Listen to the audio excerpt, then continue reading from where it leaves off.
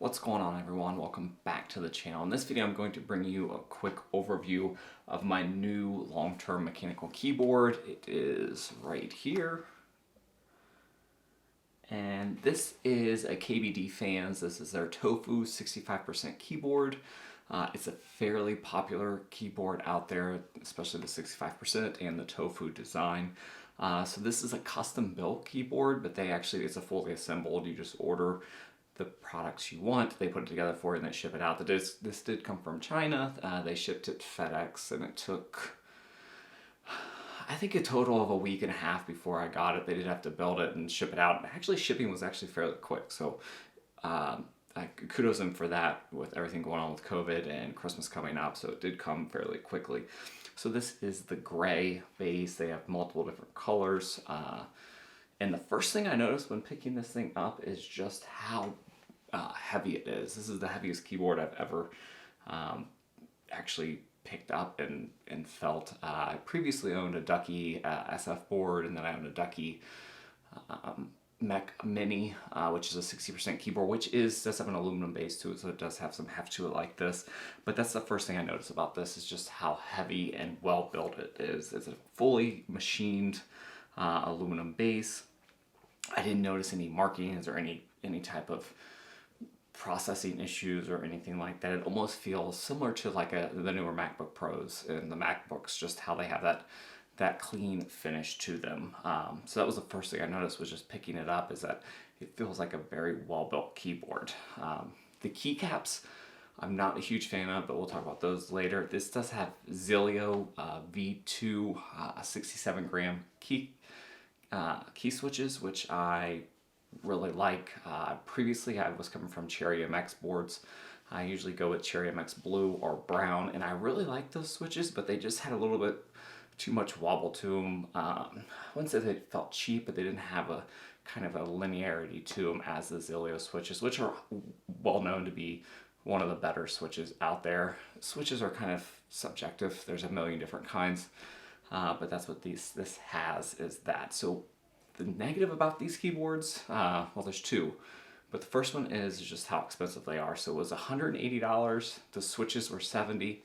And then the keycaps are actually $49, which isn't too bad. These are PBT double shot keycaps.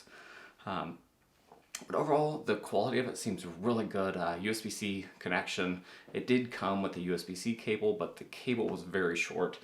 I think like 3 feet, so I had to get an extension to actually use that. And at some point I'll get a better cable out there. But overall, I'm extremely happy with it. Again, this is only a 2-day review, but the switches is really the selling point. These switches feel spectacular, especially compared to the Cherry MX switches. If you've never played around with different switches before, they just feel smoother. I don't believe they're lubed. I don't think they actually do that, so I probably could do a little bit there and make them a little bit smoother, but they are very, very smooth, very linear. They almost feel like a luxury version of the Cherry MX Browns, especially with the 67-gram, which I believe is fairly similar. And they actually are pretty quiet. They're not very loud. I believe they use Cherry MX stabilizers, so you do have those, but overall it's an excellent keyboard. The only negative is that it costs so much, but you can immediately tell that this is a well-built keyboard when you pick it up. I mean, you're getting what you pay for. The only other negative, besides the cord, is the feet. It does kind of slide around a little bit. That may be because my desk is kind of has a slippery surface on it, so it does slide around a little bit.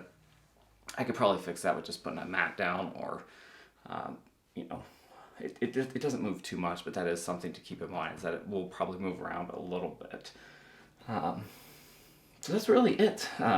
First time I've ever ordered a custom mechanical keyboard before, and overall I had really good experience from the KBDfans website. A lot of times a lot of the stuff is out, especially the Zealios switches will run out of stock from time to time, but they have tons of different options, tons of different keyboards, 60%, 65%, 100%, 80%, 75%. They have all kinds of different varieties out there. So I was really happy with the experience. The keycaps, I do not plan on keeping, because the picture had these being a little bit more of a yellowish color. This is a very weird, unique color. It's kind of a neon yellow, orange. They seem very well built for PBT, standard double shot keycaps, but when it comes to the color, that's not the color I was expecting. So I don't know if I'd order keycaps from there again, unless I was 100% sure I knew what the colors were. Because this, again, they were $49, so they did cost, $50 for keycaps that you don't really like the color of, but the website was a little misleading on that. But that's it, guys. I did go with the aluminum backplate instead of the brass to save some money because I didn't really care about that. But I will get a more long-term review as I use it, but I have a pretty good feeling that this will be the keyboard I keep for the next decade or so.